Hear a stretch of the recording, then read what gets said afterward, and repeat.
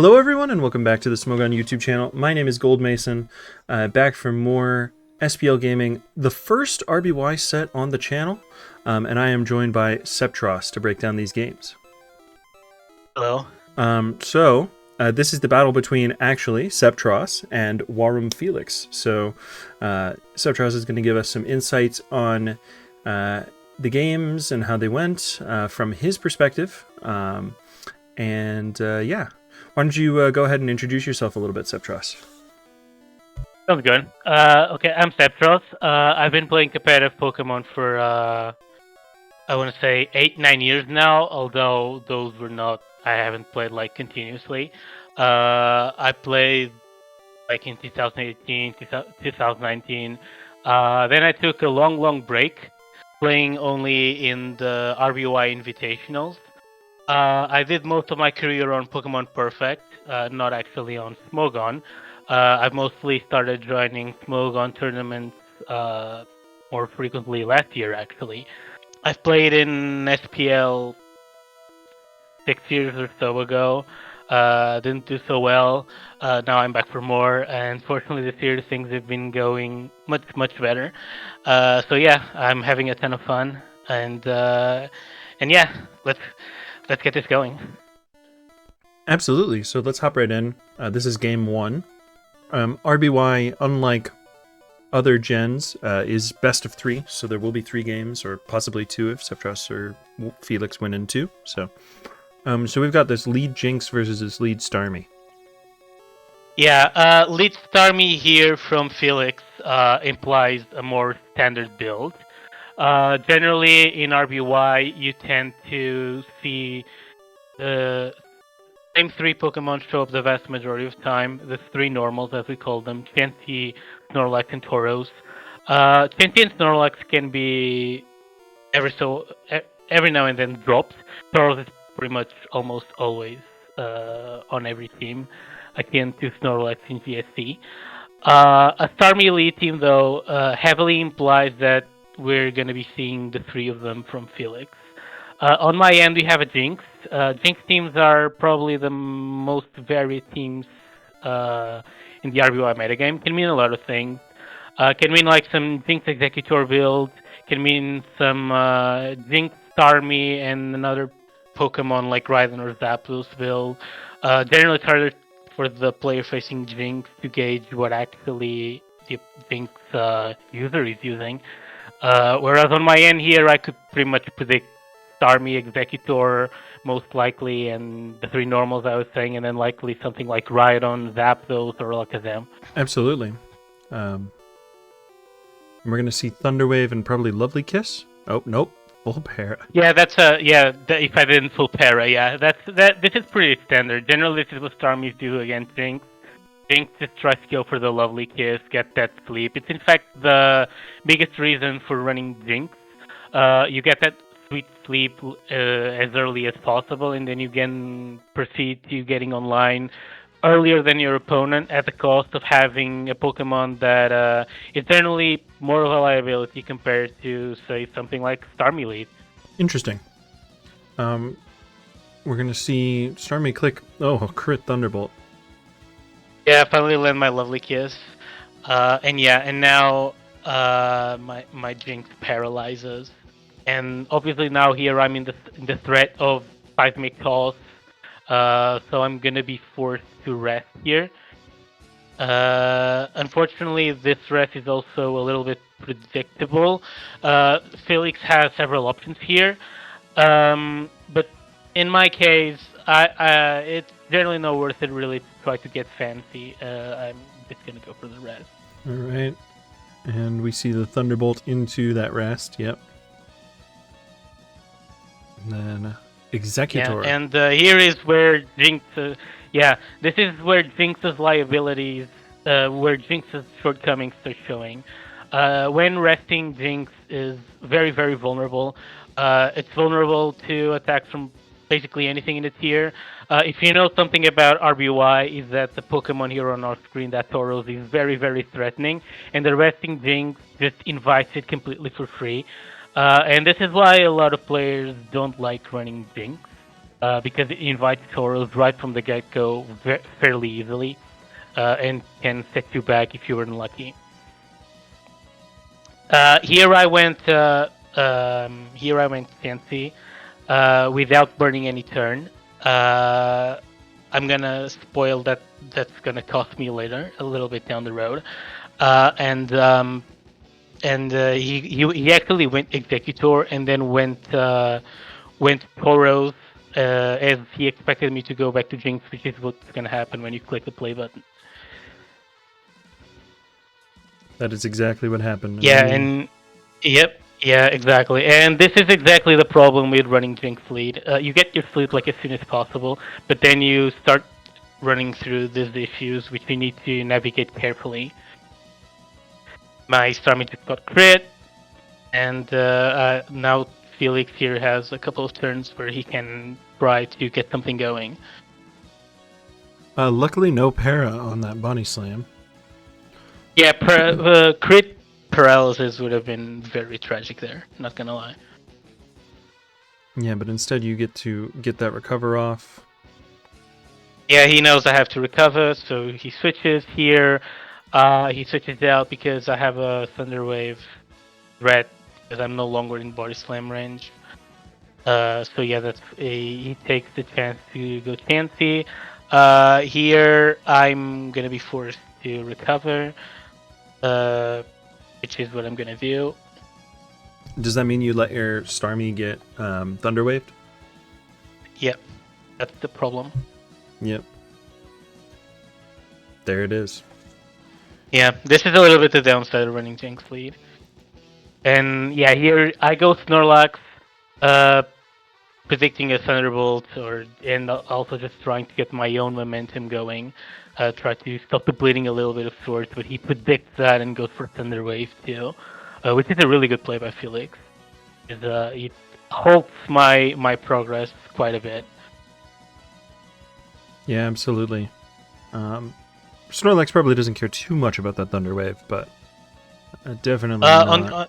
Yeah, it's not one of the pokes that cares the most about paralysis, but you also don't want it paralyzed in order to be able to fully use its wall breaking potential.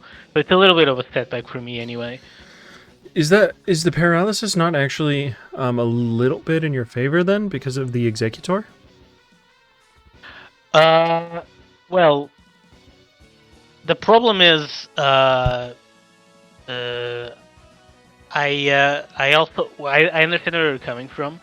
I know it's not really good because Snorlax is not the best of sleep blockers because you want to be using it for wall breaking and it's gonna get damaged along the way. It's eventually gonna rest, and generally not really that good of a sleep blocker. You want to be using it, and not necessarily against Executor. So it's just not the best sleep blocker. Let's put it that way.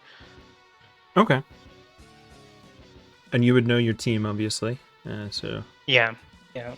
we're gonna see Felix's Snorlax come in, take a body slam. Looks like you guys are trading body slam for reflect. Yeah. I kind of have to reflect. I don't have to, but the fact I'm paralyzed makes it dangerous to not reflect because I can find myself in a string of full paras, and I'm not fast. So we both know we're going to be slower.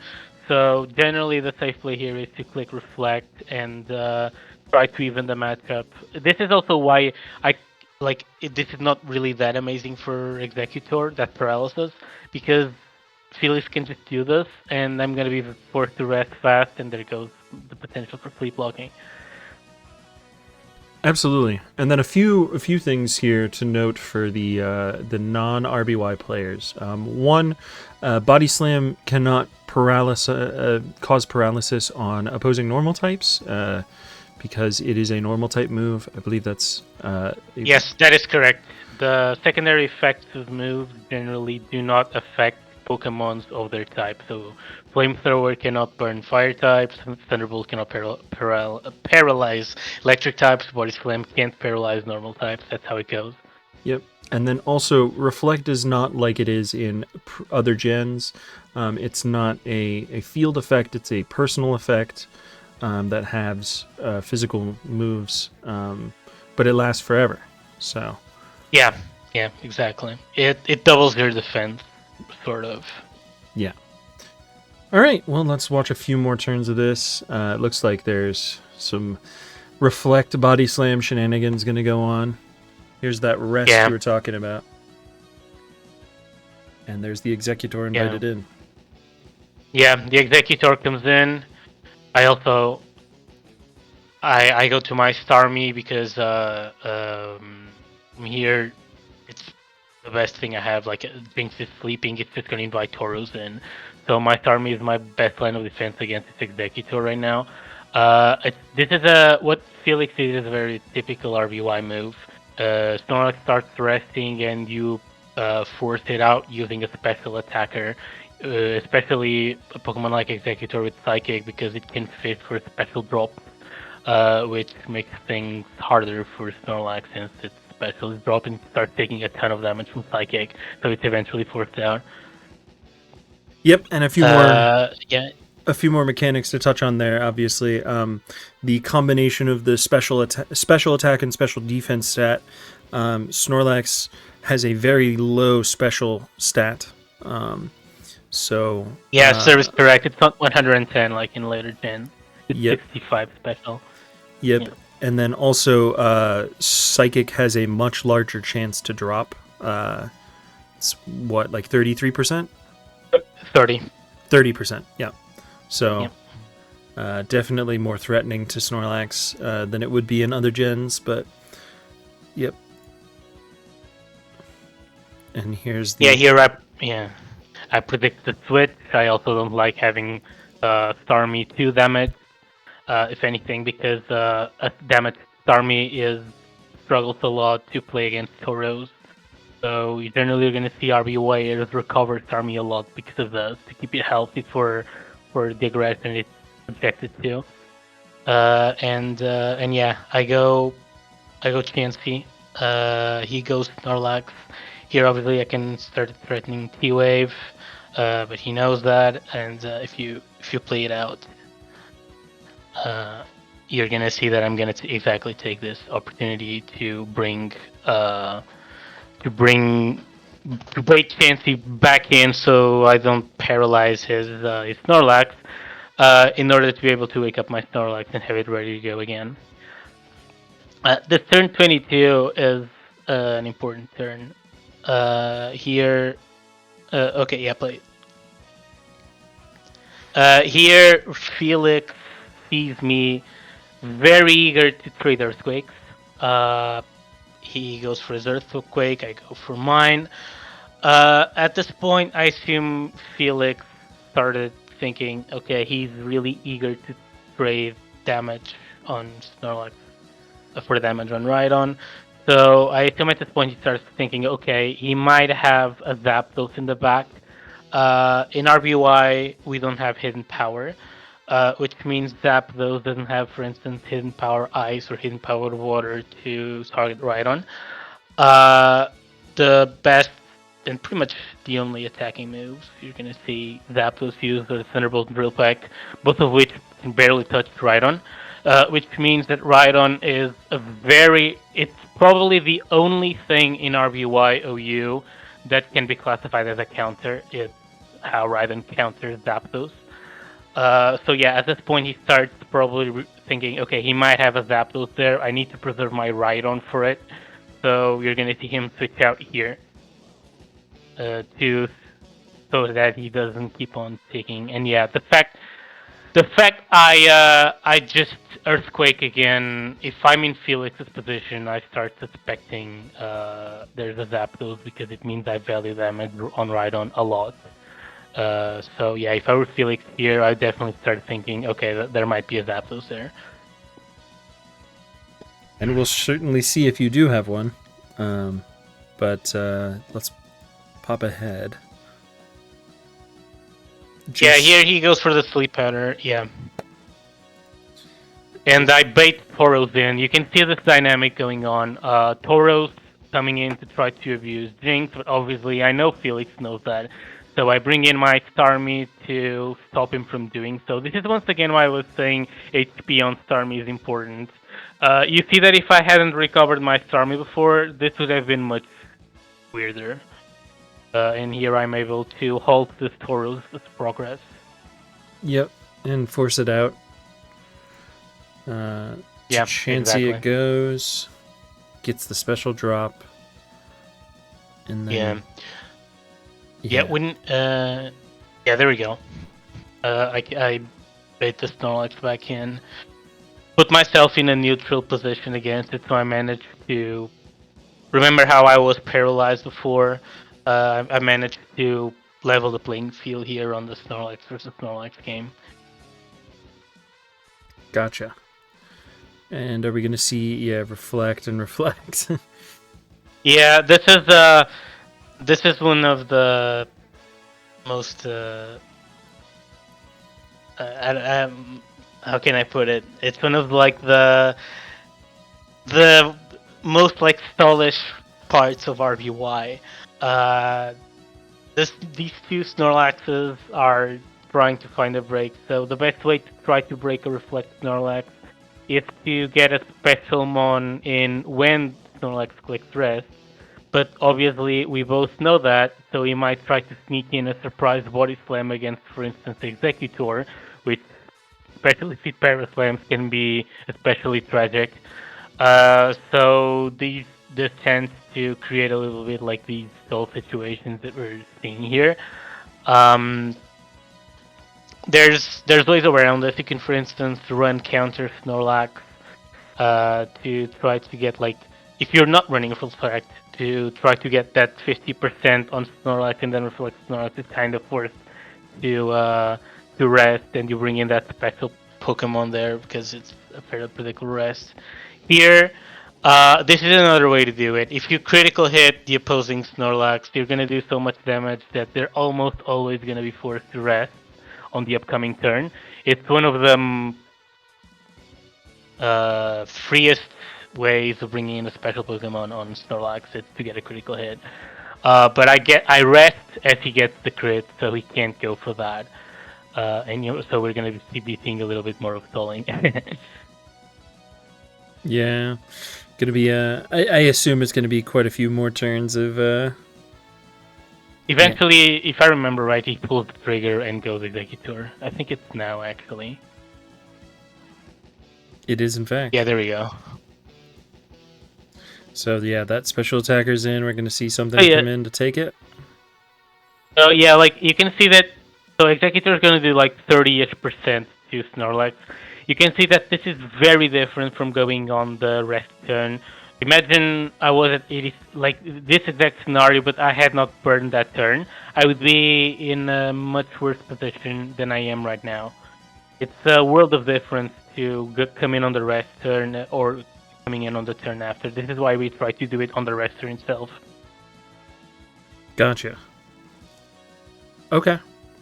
Well, yeah, Executor is gonna force the Jinx in. Are you gonna bait the Tauros again? Yep. Gotcha. Instead, you catch Snorlax. Yeah, I get this nice Thunder Wave on Snorlax. It was good of Felix to switch it up here, not always be bringing up Tauros. In RBY, friends are probably more important than in any other gen. If you get too predictable, you're going to be heavily punished for it, and it's pretty much mandatory for a top player to not be playing pretty much the same way always. You're going to get heavily punished for that if you do. Gotcha. Well, you get that Thunder Wave off, and yeah, I'm gonna see the recover makes sense. Ooh, boom! Yep, this was a really good play by Felix.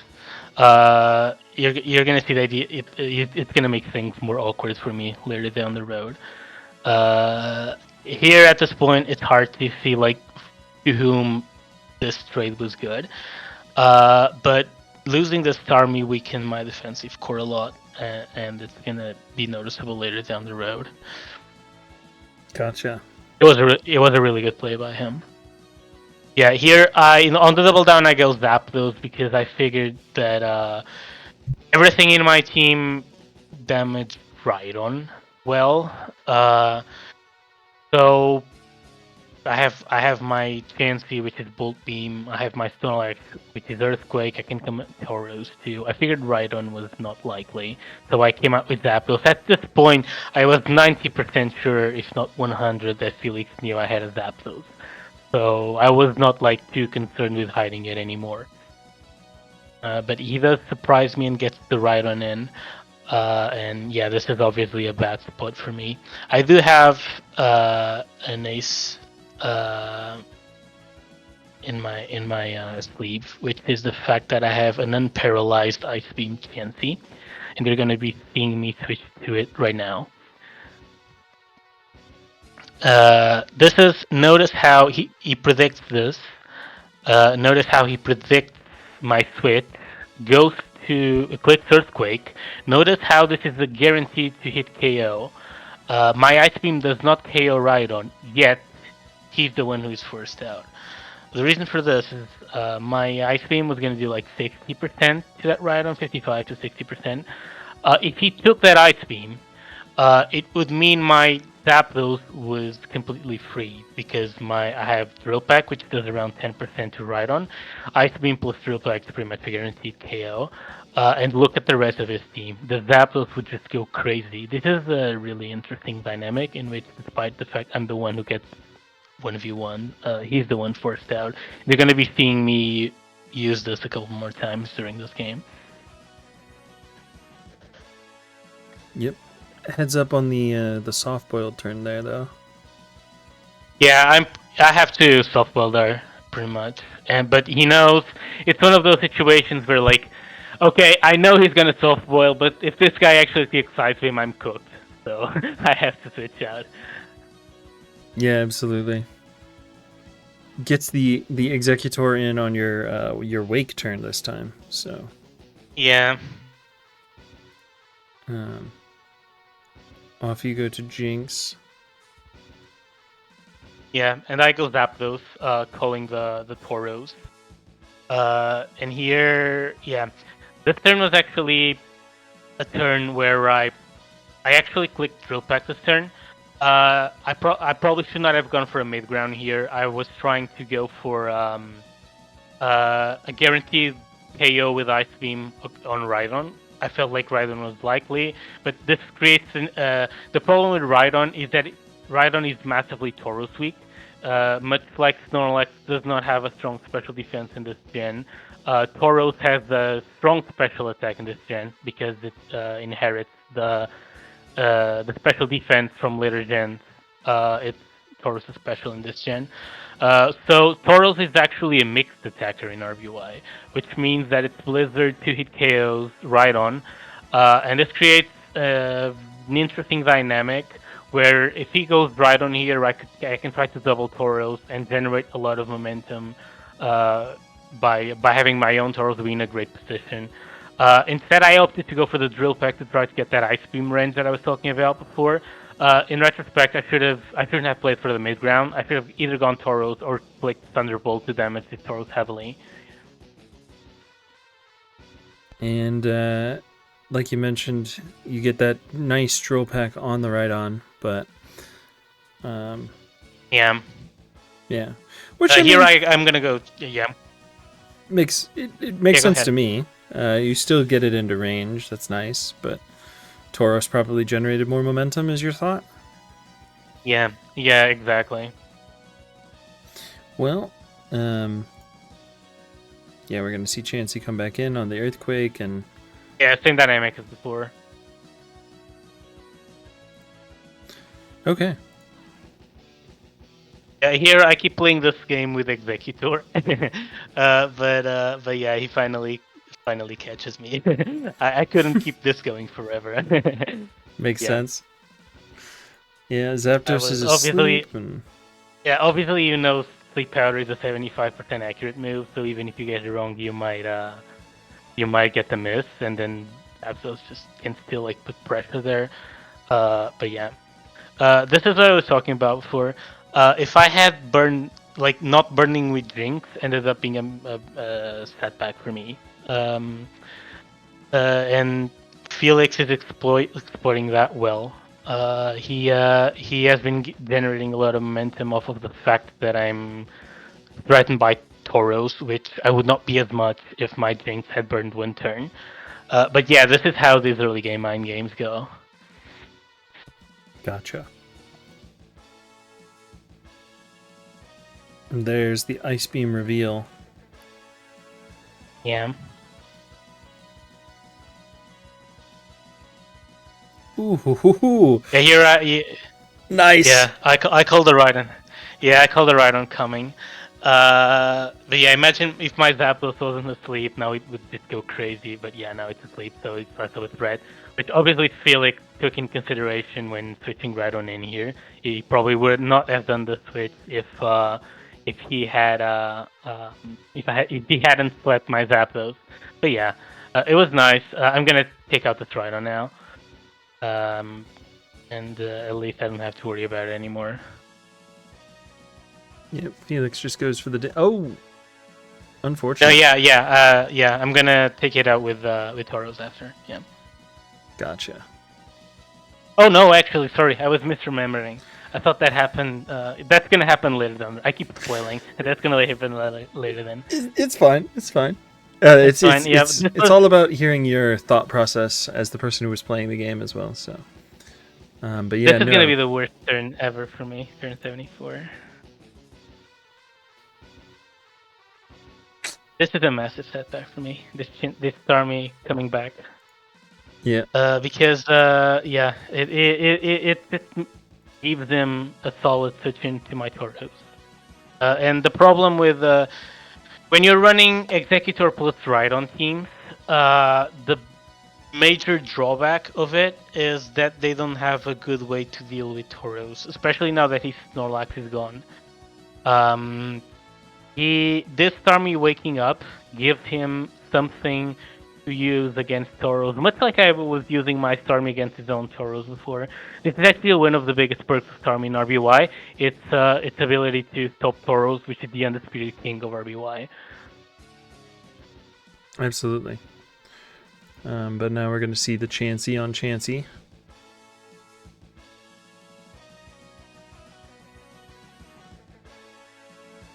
Felix also. Here we have a little bit of a revealing he's also Bolt Beam.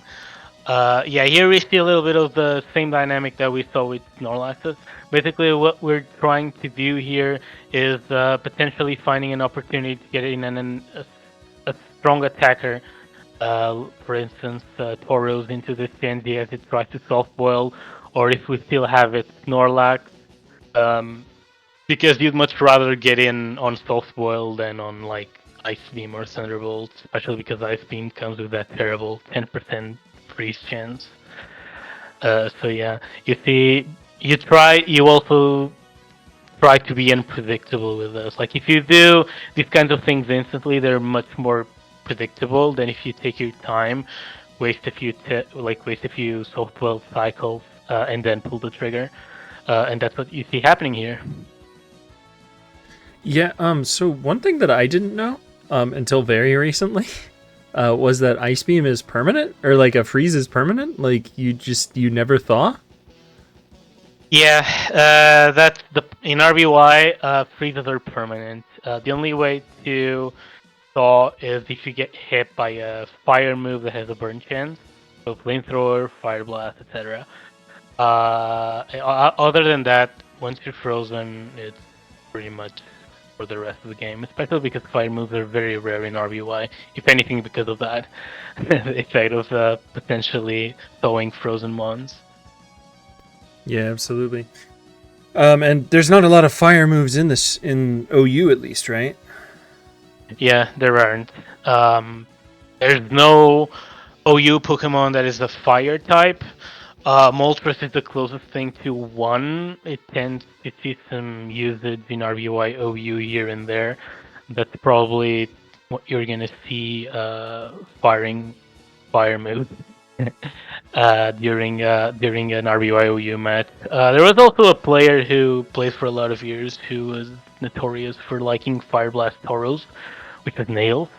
But even him started toning down the Fire Blast Toros usage a lot. His idea was that he could burn Toros in the Toros 1v1 and severely cripple it. But it was most of the community did not subscribe to that idea. They preferred to use Earthquake and Blizzard, if anything, because Blizzard comes with that sweet freeze chance, which obviously is very high value in RBY. Yeah, absolutely.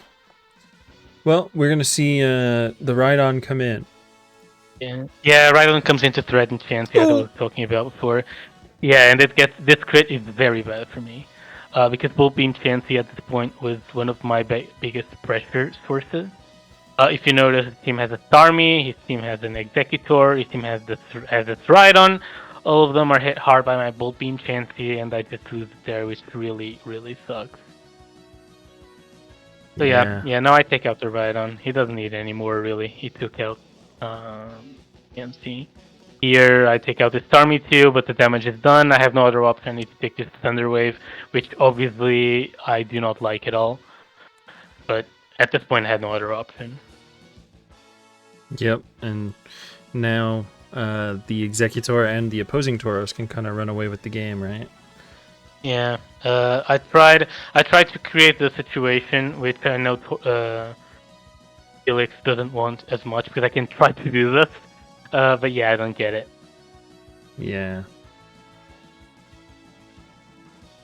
Jinx is going to come in, and you still haven't burnt that sleep turn, so Jinx is going to go down. Now it's Jinx is gone, or not? It's actually not gone, but here I was like eventually trying to fish a switch, but at this point he's not going to switch. Like I'm a little bit out of options. I need like Tauros to pull some Tauros magic at this point, or I have no other way of winning really.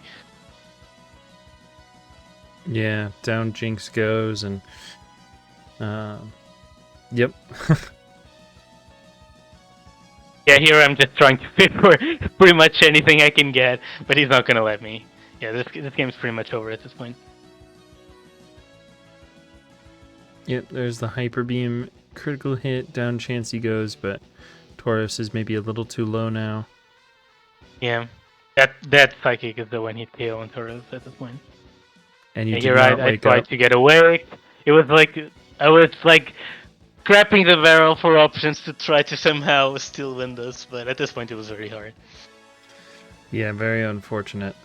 Game one for you, but yeah, really well played from Felix, though, I have to say. Yeah, he had a good matchup, and he leveraged like the threat I was talking about regarding Jinx very well. You can see this game is a prime example of showing the downsides of Jinx. You have that pretty much almost guaranteed sleep. You get to get on your engine online like before your opponent generally, but then you're stuck with Jinx, which is very exploitable, and Felix shows how to do it very, very well in this game. Yeah, absolutely. Well, that was one game. We are going to hop into game two now. Going into game two, did you have any thoughts? Anything that you wanted to do differently, or any team ideas? Regarding teams, well, you obviously can't cover everything. I know my team is weak to Rhydon. I felt Felix was probably not gonna use Rhydon in this game because I've spent most of SPL running teams that lock down Rhydon a lot. So I felt like Rhydon was unlikely in game one, and it backfired a little bit. Generally, if you want to run Zapdos and not struggle too much against Rhydon, you need to run Executor alongside it. But yeah, I tried to ease the Rhydon matchup, like make things a little bit harder versus Rhydon, but on the other hand, making things easier versus other Pokemon using Starmie instead of Executor, Tauros especially. But yeah, it's not. It was just a poor matchup.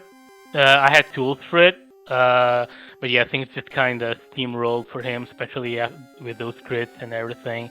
I think the only thing I would do different is probably I would have burned a turn with Jinx in the beginning instead of going to Chansey, like in turn 5, if I'm not mistaken. That's the big misplay, in my opinion, that I've done and that I would have done differently. Absolutely. Always interesting to hear the RBY stuff. Like I love this generation in terms of watching it because you get to watch for those like tiny things that are different, tiny things that change the matchup entirely. But I don't think I have the personal head space for RBY. But let's hop into this. Yeah, it requires a lot of it's a lot about odds optimization and yeah, it takes a very different mindset compared to even Gen 2, which is a gen you could think it's similar because it doesn't have nature, it doesn't have EVs. But yeah, it just requires a different mindset compared to them, and it takes a while to click with what you need to do in RBY differently compared to other gens. Absolutely. Let's hop into this game 2 and get started there. You brought Jinx again. Yep. Same matchup, same lead matchup, so same thing as before. Army teams tend to be a little bit more standard, Jinx teams are a bit more varied. Here I get the level kiss immediately.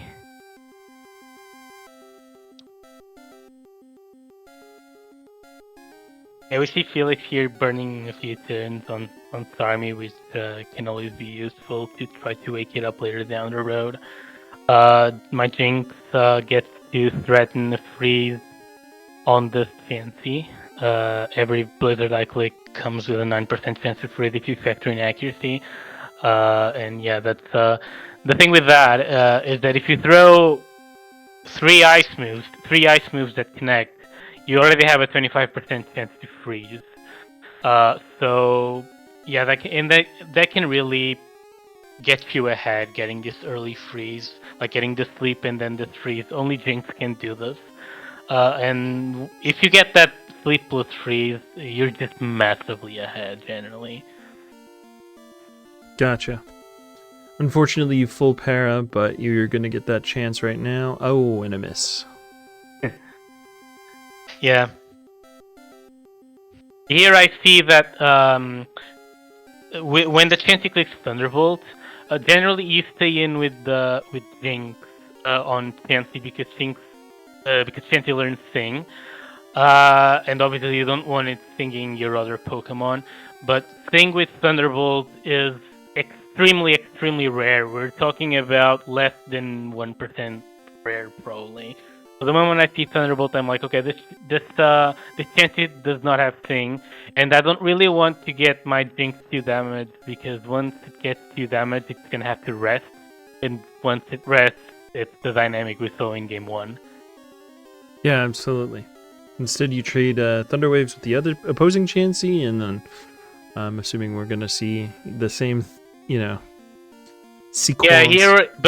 Here you're gonna see these occasional Thunder Waves. This turn was a Thunder Wave too, because like you want to paralyze the Snorlax. Like you want to try to catch the Snorlax or whatever on the switch, try to paralyze it. But yeah, I did not get in turn 9. I get in turn 10. Here he uses Earthquake, because Chansey also learns Counter. And in RBY, Counter also works a little bit differently from other gens. In other gens, it counters all physical moves, whereas in RBY, it only counters normal and fighting moves. So you see him using Earthquake because Counter would not work if I had used it here. Gotcha. So yeah, you're gonna click that soft boiled. We're gonna see the body slam come out. Yeah, here I'm using the soft boil in case I need to use Chansey as a special wall. I'm gonna need a little bit extra HP to come in, for instance, on Executor Psychic. That extra HP can really make a difference in walling your Executor, for instance. Gotcha. Tell me about this Cloyster that just hit the field. Okay, so Cloyster hits the field. What does Cloyster tells me? It can mean, first of all, the most noticeable thing I can say is that Cloyster is a very, very physically bulky Pokemon, which means it can take on Snorlax a bit like we see Snorlax take on itself.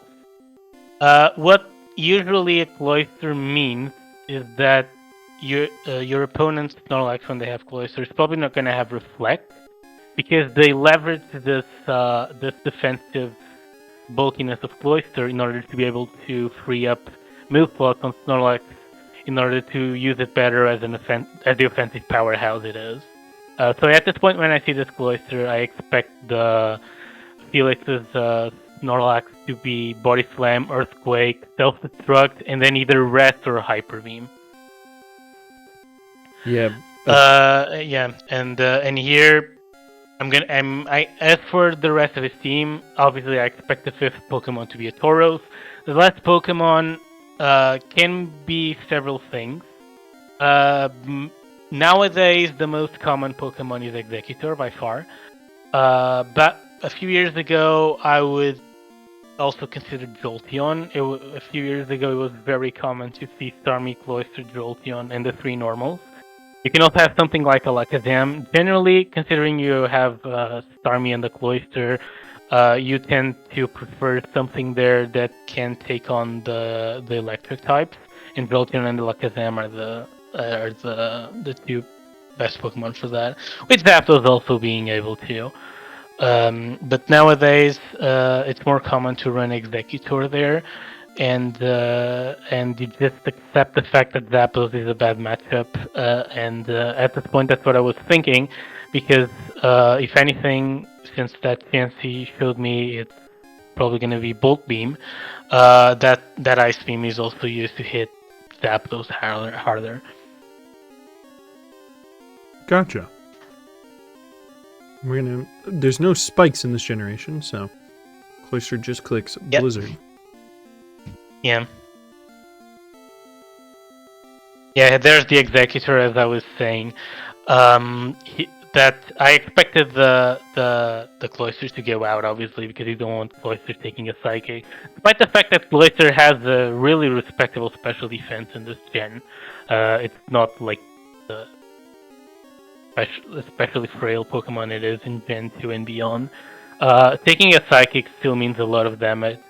And Felix wants to use this Cloyster to check my Snorlax, so I knew it was likely switching out, and I tried to get some pressure with Snorlax going, especially if Chansey comes in.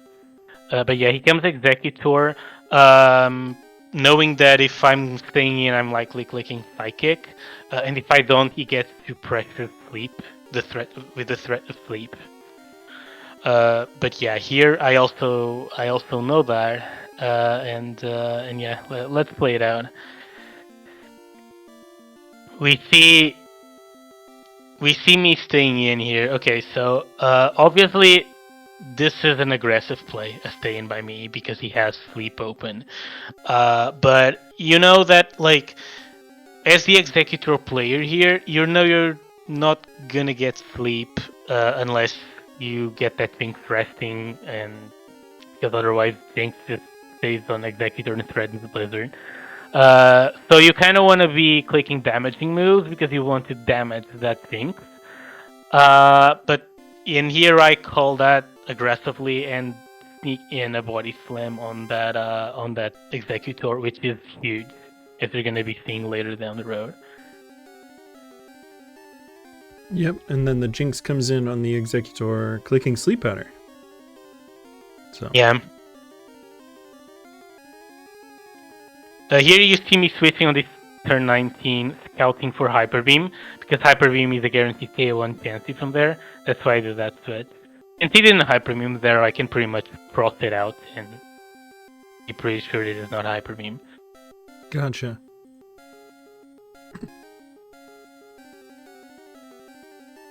Swap from the Starmie. Was that to scout like a grass move?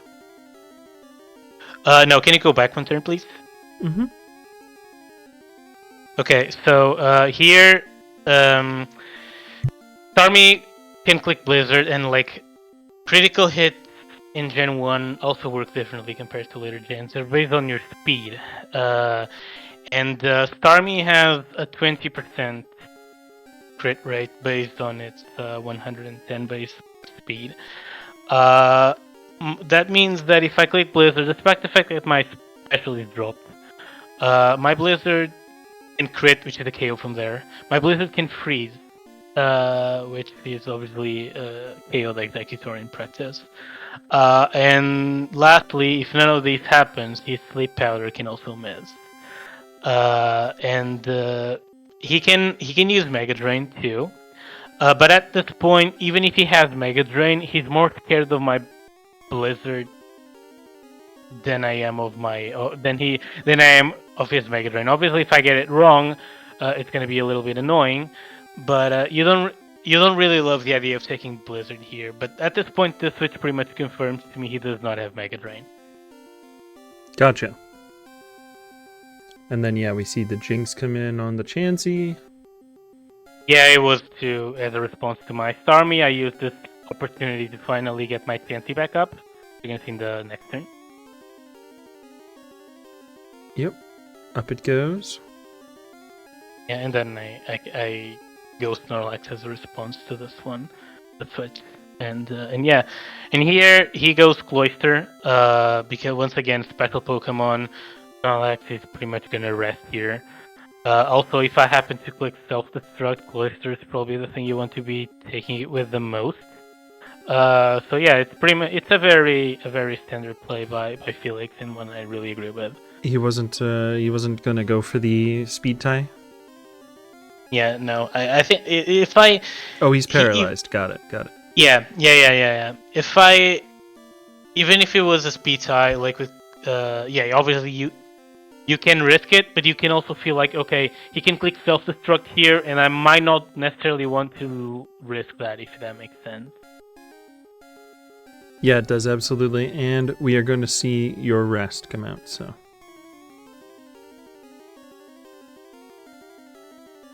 Yeah, he clicks Blizzard again. I get the Psychic in, which is a little bit surprising.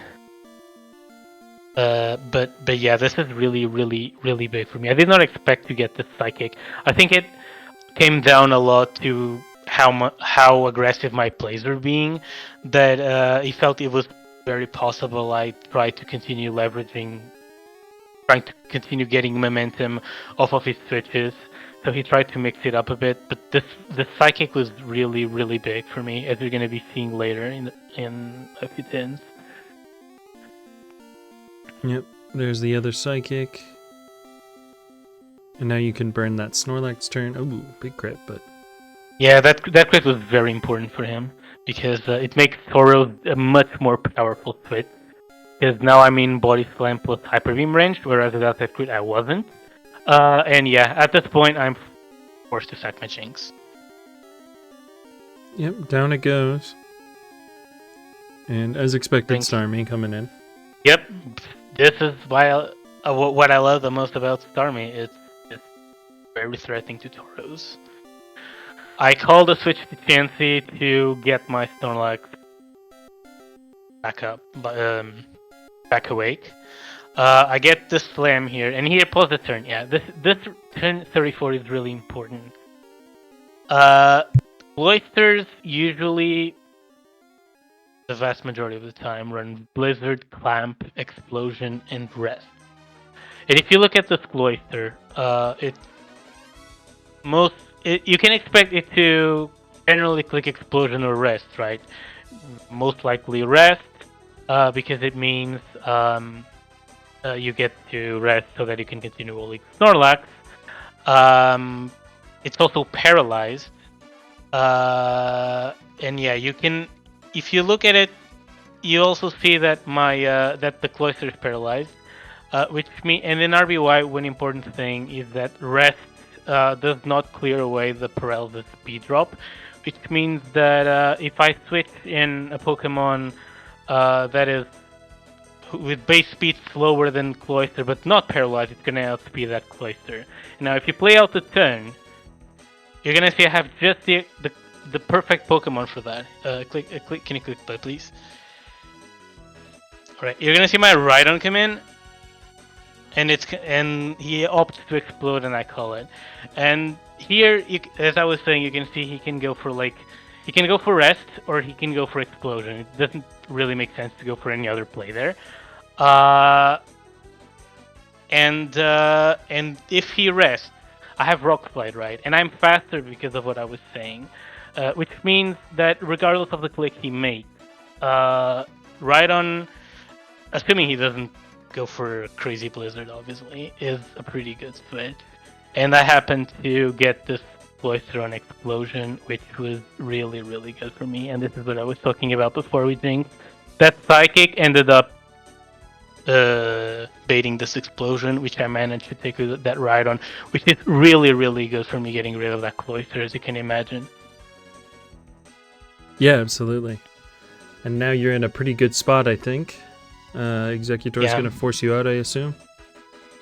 Yes. I was a bit crazy in those turns, but I'm not that crazy to stay here. Here I go. Here I go, Starmie. Once again, not expecting him to click Sleep Powder because he wants to pressure my Chansey, which is now my Sleep Blocker. Here I can use the threat I was talking about before with Blizzard. I don't even have a special drop here, which is an even better situation than before. If you play it out, you're gonna see I take go ahead, play it out. Take this Blizzard. If I crit, it's gonna be a KO. Yeah, it's as I was saying before. You can get a crit, you can get a freeze, you can miss. It was just the odds were just too good if you stay in. If you get what I mean. But yeah, unfortunately he gets the sleep, and yeah, I lose my Starmie, but I stand by this play. You know I have a Rhydon. Rhydon hates Executor. Even if this scenario played out, at least I damaged Executor for 40%, and Executor generally can't recover. So this is going to be very big for my Rhydon, and we're going to see that later down the road. So even if my Starmie is asleep, and obviously it kind of sucks because I lose my Vestoro's answer, the fact is I have a Rhydon and I damage heavily. He is best answer to Executor. To Rhydon, I mean. Gotcha. Well, you doubled to Chansey as the Tauros came in. Yeah, the Tauros come in to try to punish a potential burn turn for me. This Chansey, this is also why I like not going Chansey there. The Chansey is at 72%, which means it's just outside Hyper Beam range from Tauros, which means that bar a critical hit, the Tauros cannot 1-hit KO me. So I can threaten it with Thunder Wave. Gotcha. So it is going to switch out. Yeah, here I click Thunder Wave. Got Starmie in to burn a turn, or? I got Starmie to here I got Starmie in to sack it, but at this point I realized, okay, he's gonna click Earthquake, so it's safer to go Snorlax than usual. I do think this was a little bit risky. Sacks are very important in RBY. You need them for positioning, and it's really important to understand like when to sack and when not to sack. And here I felt maybe it was a little bit too aggressive, but I felt the Starmie sack could be useful later down the road.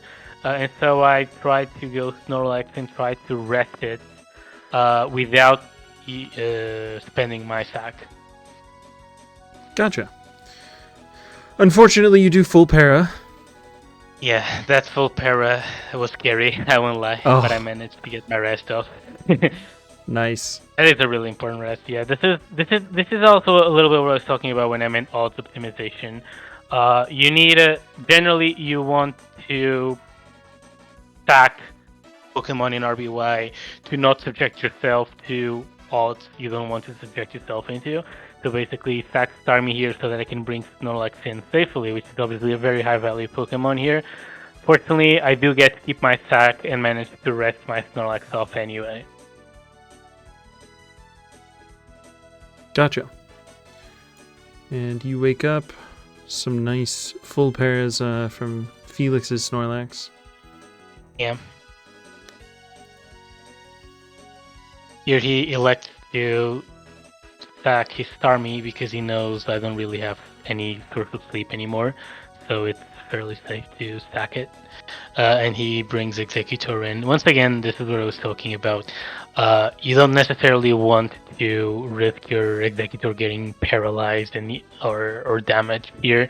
You can just use your sack which in Felix's case it was Starmie here, to put yourself in a better position. This is obviously a dynamic that goes on in other gens later, but in RBY I find it especially important to know when and when not to sack.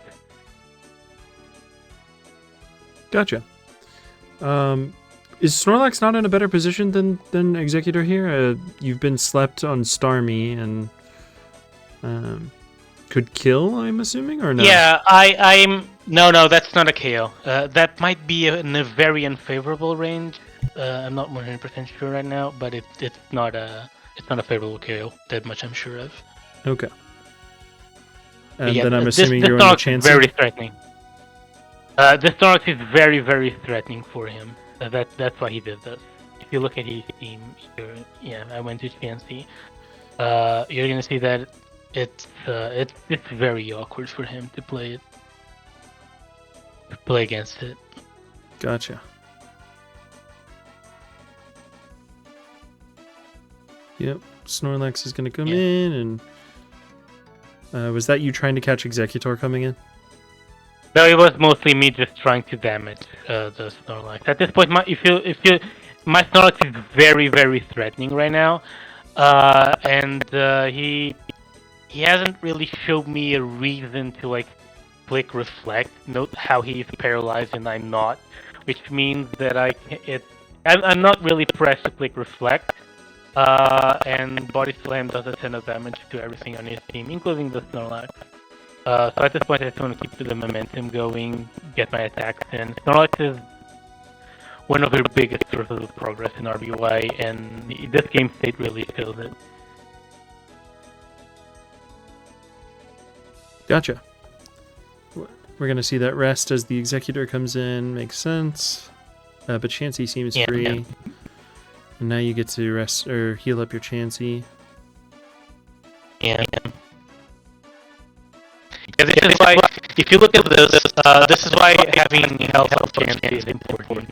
Notice that, imagine having a pair there. I would be in a really bad position to heal my Chansey. That's why I said that soft oil before the beginning of the game to get my Chansey a little back up. Because these are percentages. These extra 80 can make a difference when dealing with the correction. Gotcha. And now you just get to go to your Snorlax and... Yeah, I get my Snorlax and really let me without being my wild alive. Ooh. Yeah, pretty clearly. It's very big. Also, my progress completely. Here I'll know that he has to click Body Slam or Hyper Beam to kill me. But Body Slam is the range from their Hyper Beam is guaranteed, but obviously it has the problem of retards the Hyper Beam has. Obviously I know he's taking a normal move. I get to ride on. Here, at this point, I was mostly focusing on my two physical normals twins, Snorlax and Tauros. Because they're looking at this team, they're the most threatening Pokemon, really. Here, I just at this point, this is an awkward turn for Felix. You want to click Blizzard against this Rhydon, but first of all, it's an unfavorable roll, and second of all, you don't really want to Blizzard into Chansey, right? So he will elect to go for the mid ground here, which is to click Earthquake. And I call him on it. He was, if I recall correctly, he was taking timer in this turn, and I felt like he's just gonna go for the mid ground, and I'm pretty sure I can sneak in on an Earthquake on Tauros here, which is huge because it puts me just so ahead on the Tauros versus Tauros 1v1, and on top of that, it's a crit, which is really, really good for me too. Because now it means his Tauros is in Body Slam range of my own Tauros. instead of me having to use body slam twice, which is just a much better position for me, really. Yeah. And we're going to see, Starmie be sacked off. It's kind of what I expected. Yep. This is what I was talking about, stacks in RBY and how important they are for your positioning. Obviously, that's a thing in every gen, but in RBY, that's especially important. Absolutely. And now your Tauros is in against a very low Tauros and can kind of run over the rest of this team. Yeah, my Tauros is in a really good position. That's why I wanted an Earthquake. The fact it was a crit, it was even better. Yeah, absolutely. Yeah, this is, look at my Snorlax and look at his team now, too, without that Tauros there to threaten my Snorlax. Yep. It's just in a really, really good position. The Snorlax is set to win by itself at this point, even. And you got some nice full paras.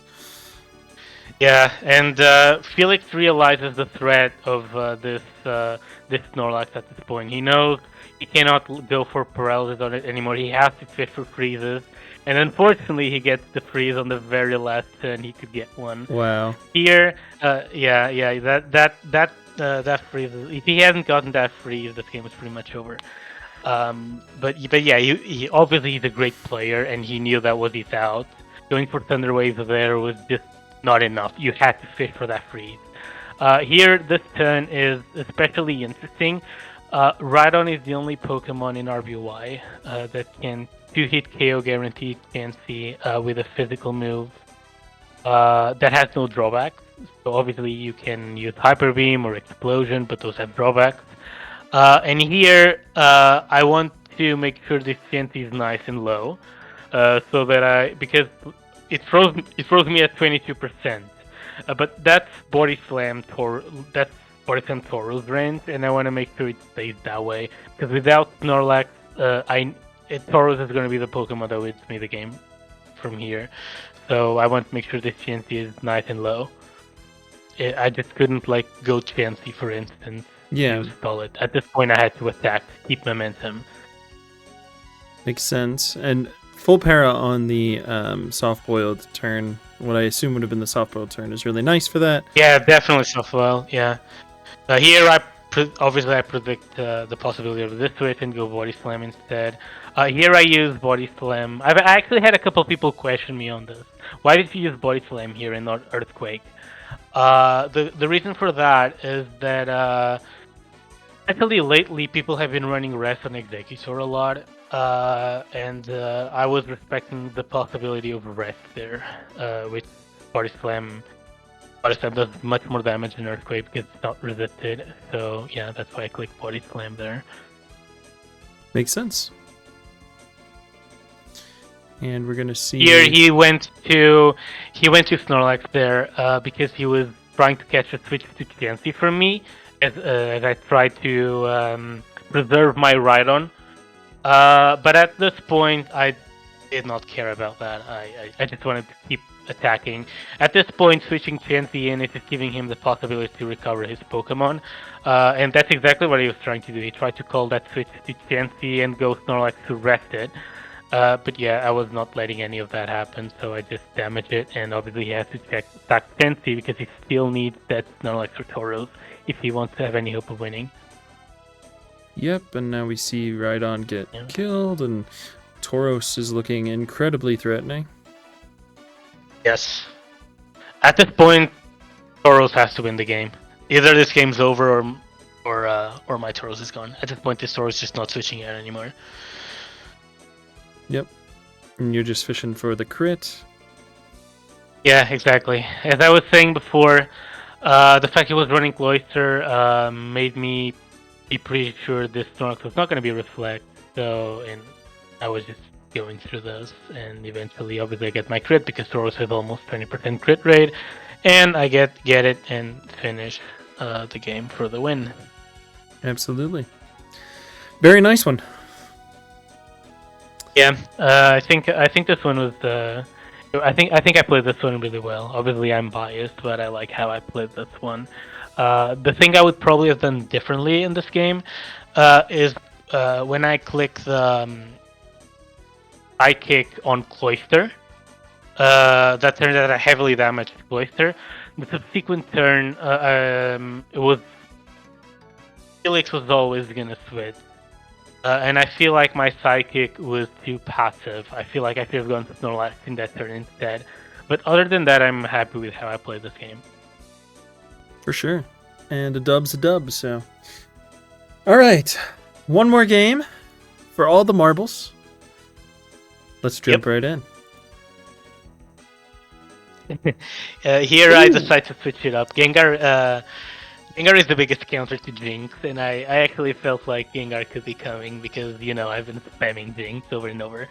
So I felt, no, I'm gonna switch it up. Time for some Starmie myself. And here we go.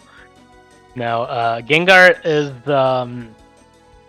Starmie, I've talked about it plenty. It tends to mean standard teams. Gengar can mean a lot of things, actually. It can mean standard teams with the 3 normals. It can even mean some kind of boom spam where you have Gengar, Executor, Cloister, Snorlax, all of that gang potentially threatening Explosion and making progress through Explosion. It can mean very aggressive teams, even if they're not Explosion, generally involving Chansey-less teams. From Felix, when I saw Gengar, I mostly expected something more standard. Something along the lines of Gengar, Executor, Starmie, maybe Zapdos. Most likely Gengar plus Executor, though that's pretty much what I was expecting from him, with the 3 normals, of course. Yep. I've not really ever seen Gengar in in RBY, so this is fun. Well, I've seen it a couple times, but not very often. Yeah, the thing is, obviously here, Starmie has Stab Psychic, right? And I was just talking about how Starmie has a crazy 20% critical hit rate. And if Starmie crits Psychic on Gengar, that's not fun for Gengar. In fact, Gengar's just dead. So Gengar is very much forced out, but obviously I know this, and I can capitalize on it, essentially catch a switch to Chansey, and that's exactly what I get. But here, we create a funny dynamic. The thing is, in RBY you tend to click sleep moves first, but you don't necessarily want to sleep everything. For instance, I'd much rather paralyze that Gengar than sleeping it, because that Gengar does not have recover moves, and most importantly, it takes a buttload of damage from my Executor with Psychic. So it's not really a sleep blocker, right? And since it's not a sleep blocker, I can paralyze it, potentially even get rid of it, and then go sleep something else more valuable, right? So this is why you see all that timer being taken. Both of us were considering this. He was considering, okay, is he gonna go for Sleep Powder or Stun Spore Psychic to catch my Gengar? And obviously I was thinking, okay, he's gonna stick with Chansey, or is he gonna go to Gengar? Eventually I do decide to click Sleep Powder because I know Felix knows, and obviously there's a lot of this going on because we've played a fair bit against each other. He knows I love to paralyze those Gengars or to just attack him. So I knew there was a chance that Chansey was coming in, so I just clicked Sleep Powder. This is a bit mind-gamey, of course, but yeah, I do get my Sleep Powder. Fortunately, I miss it and he gets a Thunder Wave, so my Executor is crippled. Yeah, unfortunate. But probably recoverable, right? Yeah, definitely. It's a bit of a setback, but it's not a major setback, especially because I land my Sleep Powder afterwards. Absolutely. That Ice Beam did less than I thought it was going to do. Executor has 125% RBY. Oh my god. Yeah, god. It's a massive special wall in RBY. Damn. Alright, what happens next? We're going to see Snorlax on the burn turn. Yeah. And I get a nice body slam on this Executor. Yeah, here you see me going Snorlax. As we were talking about before, body slam can't paralyze normal types. So generally, unless TNC is paralyzed, Snorlax is not going to be the greatest progress maker, because TNC can't. Since he can't get paralyzed, it can just Thunderwave Snorlax and keep clicking soft boiled, waiting for the paralysis. And since TNC knows it's not going to get paralyzed, it can stay in safely because Body Slam does not hit KO TNC without a crit. So yeah, but since his TNC is asleep, I know I can use Snorlax as a progress maker already, and that's exactly what I do. And it gets this Executor and paralyze it, which is really, really nice for me. Absolutely.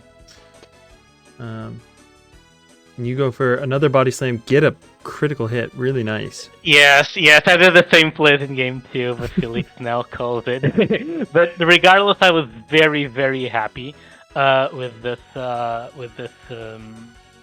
trade, because my Snorlax does reflect self-destruct, which means it's hard-walled on that Gengar, which didn't even get status or slept or something. So here I was like, okay, my Snorlax is hard-walled, and I really, really value damage on this Executor. He might go for Sleep Powder, he might not, but even if I get slapped, it's not the end of the world, and I get some real nice damage on it, and this crit is just really good for me too. But yeah, obviously he calls me on it. I was very aggressive in game 2. He's now more like aware to it, if that makes sense. So Sleep Powder was always a more likely click here, and that's what he does. Yep. But still a nice position for you, in my opinion. Definitely. And Executor comes in on the Tauros. Yeah, he tried to punish my burn turn, potentially. But obviously I called him on that, and I used Executor, which is a Pokemon that threatens Tauros from there. Yeah, nice. Chansey's coming in. Burns another turn. Yeah, what was I tried to call a switch. The Sunspore here was basically the same thought process, but inverted. I could go Tauros to punish his burning, so I tried to call a switch and going for Sunspore. Gotcha. Doesn't work out. In comes your Tauros. Another burn sleep turn. Yeah, I body slammed this. The Starmie. Obviously, Felix here feels a little bit more comfortable going Starmie because he knows I know he has a Gengar, which means Earthquake is a bit more likely, right? But yeah, I called him out on that and like body slam and get this really nice paralysis on Starmie. Yeah, absolutely. And yep, Chansey's fairly free. Yeah, gets paralyzed. Unfortunately, I do not have Thunderbolt this game, so I don't necessarily force Starmie out as in previous games. But yeah, we're gonna see Felix trying to fish for a full Paro of mine to get his Starmie back up and then switch it out potentially. Gotcha. Right. Seismic Toss does 30%. Kind of crazy. Yeah. And so, since Pokemon have max DVs and stat experience, which is the German equivalent to EVs and IVs, everything is much bulkier here in general.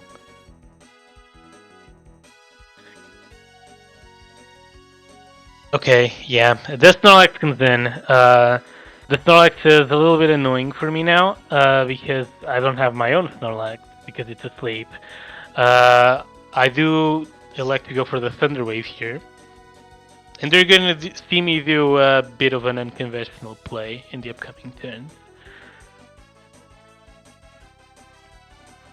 So here, despite the fact that Chansey does not really appreciate this matchup, I decide to go for a Seismic Toss to damage the Snorlax. My idea here is to get, since the Snorlax is paralyzed, as I was saying in game 1, it's not as good of a wall breaker compared to if it's not paralyzed. And I try to get the Snorlax HP down to make it much less of a threat and potentially force it to rest at something. since I don't have my own Snorlax to do this, and my Chansey is not as important as it might be because of a very specific circumstance in this game, which we're going to be seeing later, so I won't spoil it for now. Yeah, here's these. Yeah. There's reflect. Just Yeah, he clicks reflect here. Yeah. okay. He was protecting himself from a switch to Tauros, or if my last Pokemon is Rhydon to Rhydon. That's what that reflect is for. Here, he's paralyzed. He's at 43%. At this point, I know rest is very likely. So basically, what I did here, this is fairly unconventional, but I used my Seismic Toss Chansey to force the Snorlax to rest, which is not common at all. But yeah, I managed to get it. I was ready. I'm gonna be honest. Obviously, I'd much rather keep it, but I was ready to lose this Chansey to get the Snorlax at 43%. Which I do, fortunately, without losing my Chansey, which means I get to potentially recover it later or use it as a sack. And yeah, this turn I'm pretty sure it was rest by Felix, but he paralyzed it, which is even better for me, of course. And yeah, I think this is cool because this is very rare in RBY. Using your Chansey to force Snorlax to rest. Usually use your Snorlax. Using Chansey obviously is very rare. Gotcha. Snorlax is kind of low now. Yeah. Starmie gonna get a nice. A bit of a. It's gonna get a nice psychic. And yeah, now this Starmie. It's important to say that the Starmie shows Surf. Generally, with Surf comes Thunderbolt, and that means that that Starmie is gonna struggle to get past my Executor. My Executor can take a ton of hits from it before going down. But yeah, this is also partly why I wasn't feeling I needed my Chansey as much as usual, because I know his Executor is at 10% and paralyzed. I know his Starmie is walled by my Executor, and I know I have other ways of dealing with Gengar too. And then you're gonna see I have an ace up my sleeve also, which we're gonna be seeing very, very soon.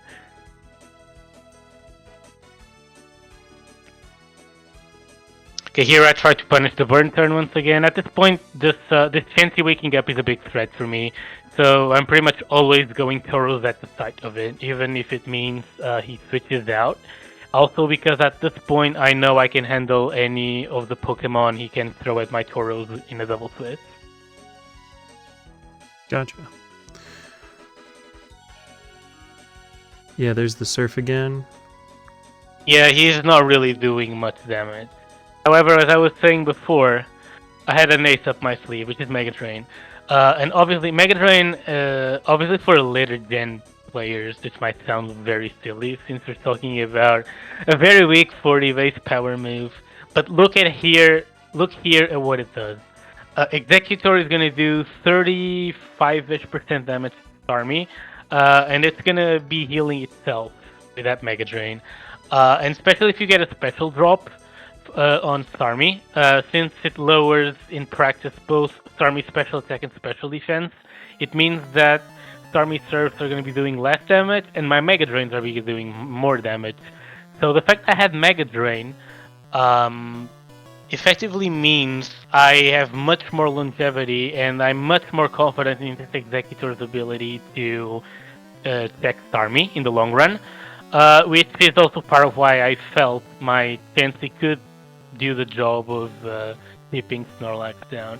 If you hover over my Executor moveset, you're going to be seeing that I'm running a very uncommon moveset on Executor. Executors pretty much almost always have Explosion, but recently in the past couple months, we've been seeing Executors starting to drop Explosion in order to accommodate for instance, Sleep, Stun, and Mega Drain all in the same moveset. One of the uses of this moveset being exactly checking Surfbolt Starmie and Rhydon much better, which came in really clutch in this game. Gotcha. Yeah, we're going to see Tauros come in to punish the Chansey. 4 sleep turns burn now. And Felix has and to... he's now forced to attack Executor, yeah. Was that an Earthquake to point, catch Gengar? Yes, potentially. He can try to go Gengar on Body Slam to burn a sleep turn for free, quote unquote. Gotcha. Here's his Tauros, and you guys are electing to trade down the health? Yeah. It's important to not be too afraid of Tauros versus Tauros 1v1s. This is pretty much a Pokemon thing, not just an RBY thing. But when you're switching, you're not attacking, right?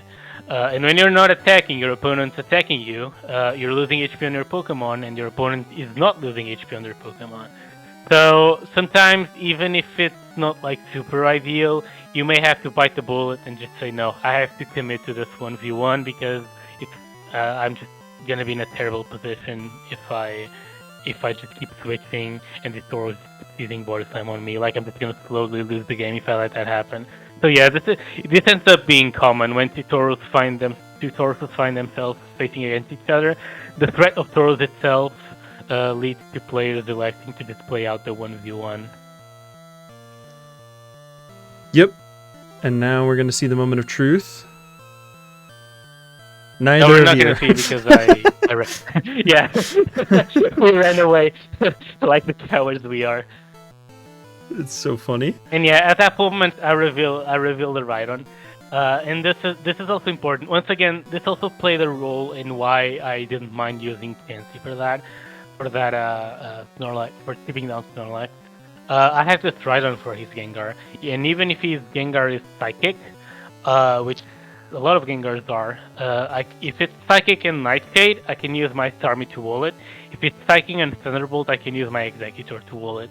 In other words, I always had a way of dealing with his Gengar, so I also didn't necessarily need his my Chansey for his Gengar. Gotcha. And yeah, nice double back to the Executor. Yep, predicting the Starmie. Yeah. More health. Also, this Mega Drain is important, despite the fact that this Mega Drain is not doing much damage. It put Executor from 46% to 53%, and this is big because it means my Executor is now mostly out of Tauros Hyper Beam range. At 46%, Tauros can go for Hyper Beam and pretty much always get a KO. At 53%, that's almost never a KO.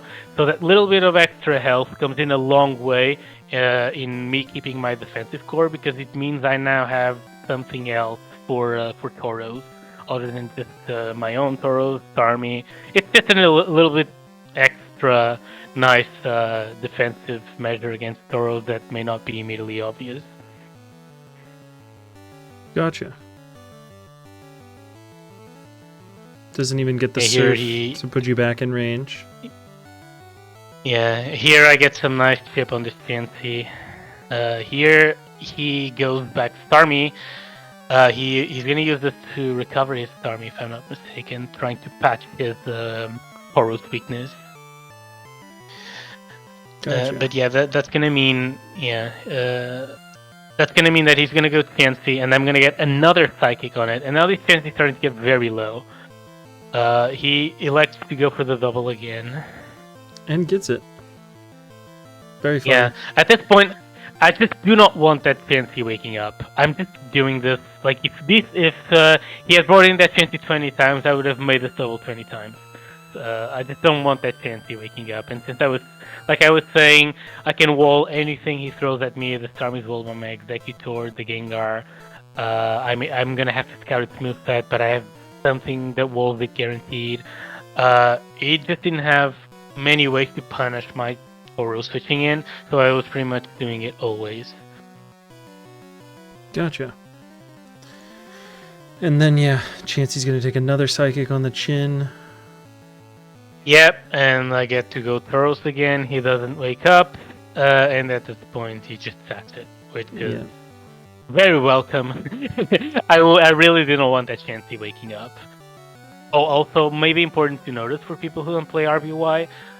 In RBY, when you wake up, you don't get to move.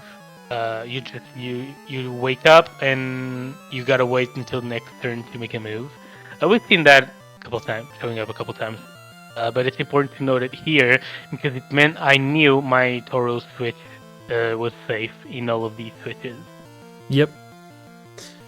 And now you are gonna sack off your Chansey to let that Starmie come in for free, and without Chansey, Starmie looks pretty strong in this matchup.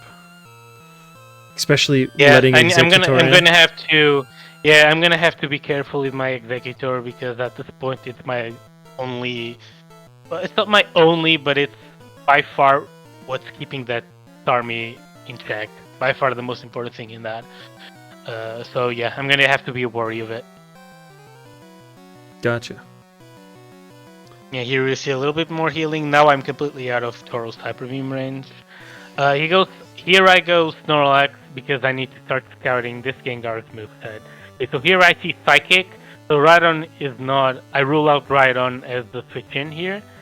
At this point, I expect this Gengar to be Psychic plus Nightshade. That's what I expect to see from Felix. So I'm gonna go Starmie here because my Unparalyzed Starmie Volt after days.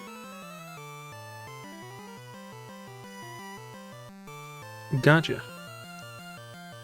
Unfortunate drop crit, but yep.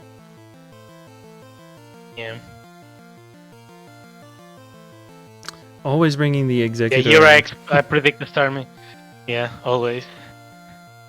Here at this point, if you look at his team now, after turn 60, can you go back a turn, please? Right. Okay, so like now that the Chansey's gone and the Executor is gone, nothing on this team loves taking a Psychic. This is one of the reasons why this set that I'm running, despite being unconventional, can be so powerful. Nothing on this team likes to take Psychic except Starmie, right? But normally Starmie can strip down Executor if I have Explosion over Mega Drain. But the fact I have Mega Drain means that the Starmie can't stay in, which means that my Psychics are very, very powerful right now. The set can. Executor in RBY is generally used as more of a utility Pokemon or a support Pokemon. This set can turn Executor from a utility Pokemon to a natural win condition or a sweeper. And you see that dynamic here. My Psychics are just so strong here. Yeah, absolutely. And as we see, Gengar gets caught by a Psychic. Yep, exactly. And looks pretty won. Nice. Oh. Yeah. You're right. Yeah. In Gen 1, moves with 100% accuracy can still miss 1 in 56 of the time. And yeah, obviously this explosion was gonna do nothing. I called the explosion, obviously that's why I switched Rhydon. And I think explosion might not even do 20%. That's how little damage it does. But yeah, it was really funny to see the explosion miss anyway. Yeah. It was not like super impactful for the game.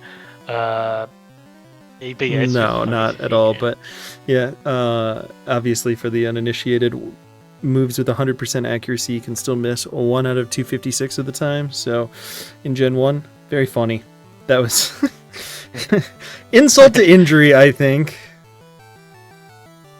Okay, at this point here, I don't really need my Snorlax as a sleep sack anymore because his only sleepers are Gengar and the Executor, and both are gone. So I can safely sack this Snorlax and bring in Starmie safely. Makes sense. Yep, down the Snorlax goes. And yeah, Starmie's looking huge. Yeah, all of my team members are very threatening at this point. Here we actually have a bit of a mind game going on. Because at this point, Felix is in a really rough position. He has to start going for plays. He obviously my Executor is looking very, very strong right now. If I get my Executor in on the Starmie and I start getting special drop, it's the same dynamic you saw with Gengar. My Executor is just looking so good right now. But yeah, here I switch Executor to try to get that plan in motion, but he's gonna call it out and go to the best Pokemon he has to threaten it, which is obviously that Tauros. And notice how he doesn't necessarily want to click Hyper Beam, right? I happen to be in Hyper Beam range, but he doesn't necessarily want to click it because I can go to Rhydon, I can go to Starmie, and if he gets caught there, it's pretty much game over for him. Because if this Tauros gets paralyzed or KO'd, it's over.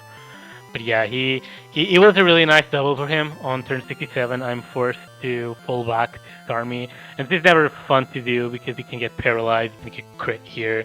Both are bad. So, but yeah, at this point he has to try to go for this thing. Gotcha. Here I recover to get my position back.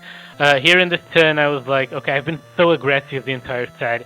It's possible he doesn't go for Tauros again, because I've been just so aggressive the entire set. I can potentially try to call the Tauros and click Psychic or Thunder Wave, but he does it. I lose the Mind Game again. I try to stop the bleeding here by staying with Executor and just going for Psychic, which is guaranteed KO here. But unfortunately I get the full paralysis, so I don't get the KO on Tauros. Very unfortunate. And yeah, I go. Big crit there. I go for recover. And yeah, here at this point, the Starmie is at 81%.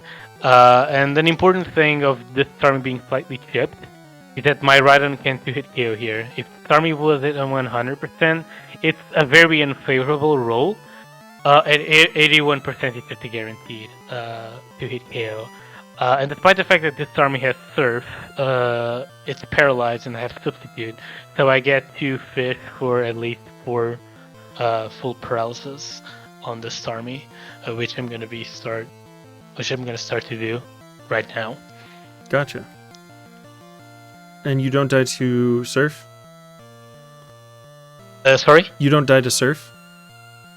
Yes, I do. It's a guaranteed 1-hit KO. Oh, okay. But yeah, you fish the substitute, and I got it. Yeah, exactly. And now I have I actually have a guaranteed KO there.